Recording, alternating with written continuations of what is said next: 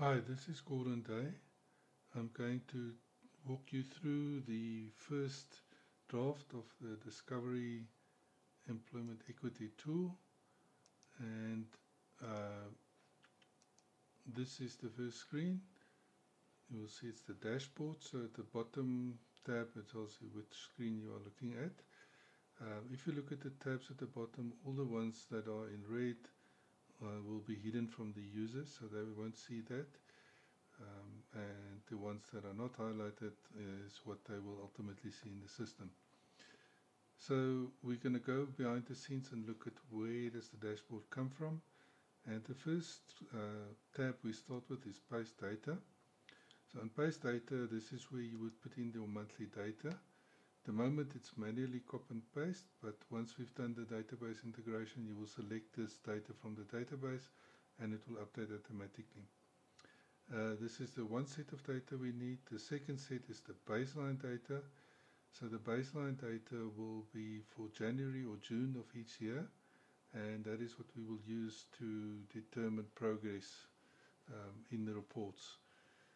Okay, from here, from the paste data, I'm going to show you another screen, and that is data mapping. So you'll see the data mapping. If there's any data in the system that it doesn't understand, this is where we will set that up. So we've got a code for each of the definitions, and you can see it covers the levels. It's also the list of divisions, so if there's a new division or restructuring, we will have to update this.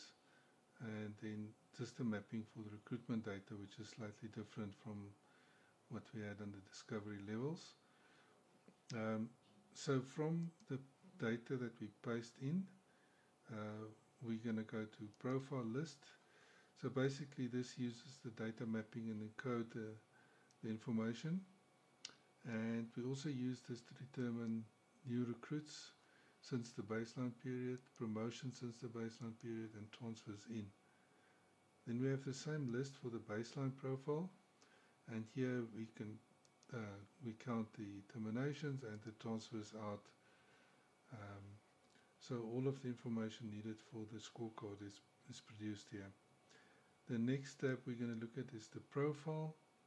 So under the profile, it now calculates from the list, the encoded list, what is the workforce profile for holdings, what is the baseline workforce profile, the recruitment profile, terminations, transfers, in, out, promotions. The whole lot is calculated here.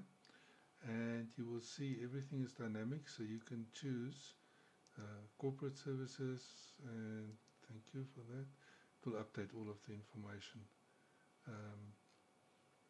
If we go to health, once again, all the profiles, everything is updated. Okay, so that is the basics of getting the report data in and getting to the point of the model where we can calculate the incentive score. So for the incentive score, I'm going to start with just this tab called the model parameters.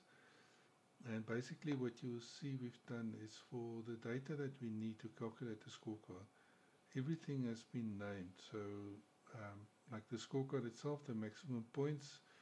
So for the level of DGM and GM, it's called max points.dgm. So in the formulas, we refer to these variables instead of A1 or C3 or whatever, so that you always know what the formula means and where it reads the data from. So then target points are here,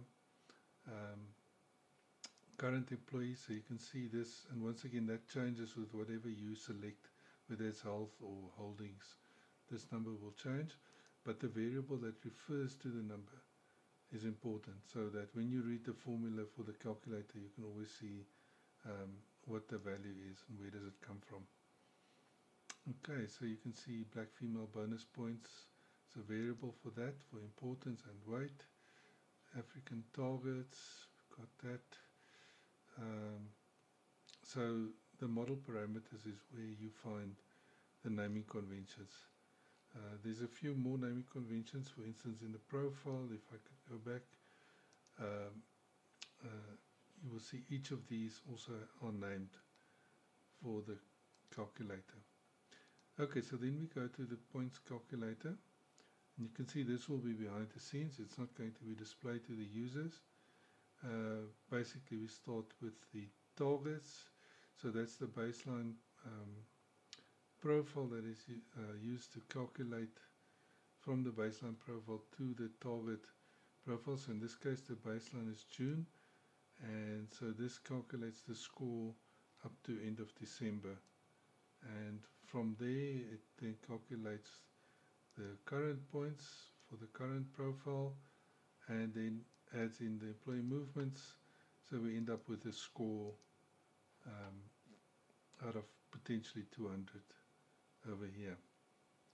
Okay, so this part we will audit and finalize, but basically when you look at your dashboard, if we go back to dashboard, the score here, management incentive score, comes from that calculator. You can see it's set to health on the dashboard. If we go to insure, for instance, you will see all the numbers jump, and it shows us the insurance division and its scorecard and all the related information. Okay, so that's everything from the baseline to date.